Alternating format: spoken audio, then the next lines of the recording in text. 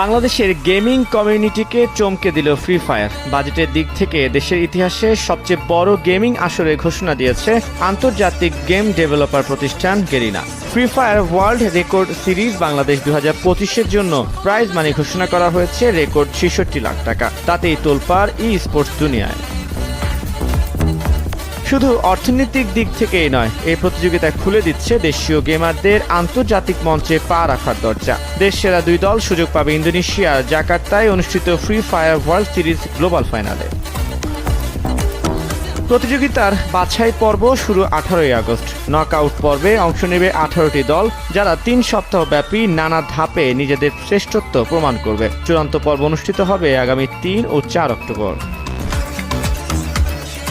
ই sports লাভারদের কাছে গেরিনার এই ঘোষণা কেবল প্রতিযোগিতা নয়, বরং দেশের উদীয়মান গেমারদের আন্তর্জাতিক অঙ্গনে প্রতিভা প্রদর্শনের এক বিশাল মঞ্চ। তরুণ প্রজন্মের গেমিং দক্ষতার বিকাশ এবং দেশের গেমিং ইন্ডাস্ট্রিকে এগিয়ে নিতে এ ধরনের আয়োজন রাখবে গুরুত্বপূর্ণ ভূমিকা, এমনটাই মনে করছেন গেমিং সংশ্লিষ্টরা।